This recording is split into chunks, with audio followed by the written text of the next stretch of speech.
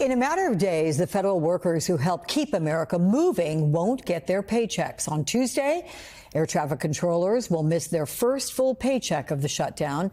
Last week, the Senate failed to pass a bill paying some federal employees who are working during the government shutdown.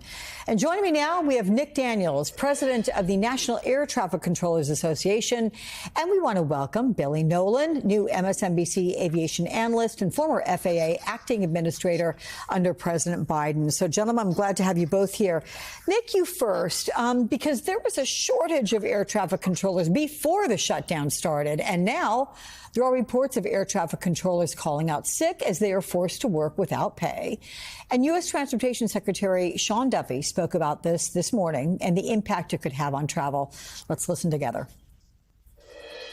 My job is to keep the airspace safe. And so if I don't feel like I have enough controllers or enough controllers that are focused, we will slow down traffic. We will stop traffic.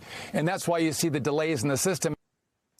So I'm curious what you are seeing with staffing and whether you share the same concerns as the Transportation Secretary. Thank you, and appreciate you having me. I do share the same concerns that there's more risk being introduced in this system every day. But what you're getting to see is a critically staffed system. As fragile as it is, only 10,800 certified controllers where there should be 14,633. That yes, every single aspect of this is something we've been contending with, we've been dealing with for years and advocating for to absolutely change. So yet one sick leave can make the difference of a facility opening or a facility closing, but we've already been dealing with that. And it is our duty to communicate for the safety of the flying public. And we're saying every day that this shutdown drags on, it's making it less safe. Well, here's the thing, Nick. This shutdown is causing added financial stress. This is for air traffic controllers. They already perform an incredibly stressful job, right? They can't make one mistake without having something potentially catastrophic happen. So just emotionally, how are your members holding up? They have to be 100% of the time. The most high consequence job in the world. And they're going into it now. We had somebody the other day shared a few stories of one, their father passed away. Air traffic controllers know, okay, I have to still go into work. I have to still do my duty. I have to check those emotions at the door. But then on top of that, he has to think, how do I pay for the funeral?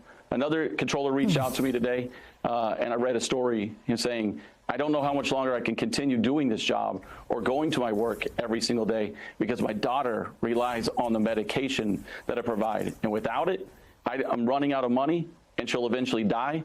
And I'm going to have to choose taking care of her over continuing to do the amazing job of being an air traffic controller. And then we've seen several at the Oklahoma City Academy that are working to obtain to go to a facility and learn this job. We've seen several quit already as well, saying, I can't take this stress, I can't take the pressure, and I definitely can't go and start a job that's not going to pay me at all. Oh. I mean, Billy, this added stress, these stories are terrible.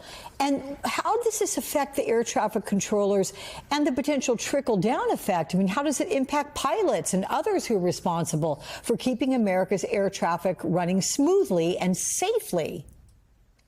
Yeah, all of those are really great points. I'll say hi to my good friend and colleague Nick there. As we, let's just expand the aperture a little bit more here, right? So you think about, as Nick mentioned, I've got about 10,500 controllers, need about 14,000. I will say, for the first time in a long time, you've got this broad-based consensus among the industry that are all in vehement agreement with Secretary Duffy that we need to put more controllers out there, which is one of the reasons, one of the first shutdown where the training at the FAA's Training Academy in Oklahoma City has continued. As the secretary noted, that will probably run out of funding because they're using last year funding at the end of November. So as we sort of put all of this into play, we think about it from the aspect of controller, and we should also think about it from the aspect of the flying public, right? They head to the airport, they're expecting to get on their flight, they're expecting from origination to destination,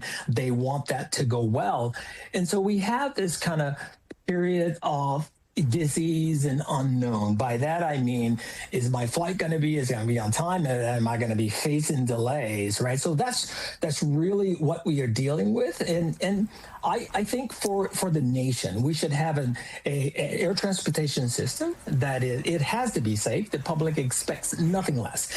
It needs to be well funded. It needs to have a consistent level of funding. You know, you think about this, right? The Airport and Airway Trust Fund, it's got about $18 billion in it.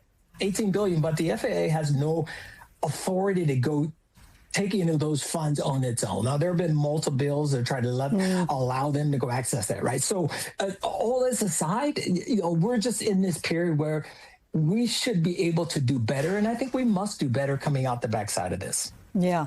Well, Nick, we have the holiday season quickly approaching. Typically, it's the busiest few travel weeks for Americans. What are your concerns if the shutdown drags on into November and beyond into the holidays? Yeah, my concern is for not only the air traffic controllers. We are saying this loud and clear to everyone out there. Every time that we're missing a dollar and our focus isn't on the safety of the American flying public, that's a concern for us, is that risk that is being introduced in the system. Our job is to be professionals and reduce risk. And when we see it increase day by day, that's something that we have to talk about, tell the passengers about, is that an air traffic controller getting off a position, and when they're supposed to take a few moments to calm down, a few minutes before they go back and plug back in, they're telling me, well, I'm going out and getting on the phone with my bank, asking them to not, to defer my mortgage, not kick me out of my house, and then they're going to go back and work your aircraft again. It's completely unacceptable. And if this is to drag on into the holidays, I don't know what it'll do to our economy. I don't know what it'll do to our system, but I can promise you this: it's not going to get better. Nick Daniels and Billy Nolen. A sobering conversation, but necessary. Thank you guys both so much.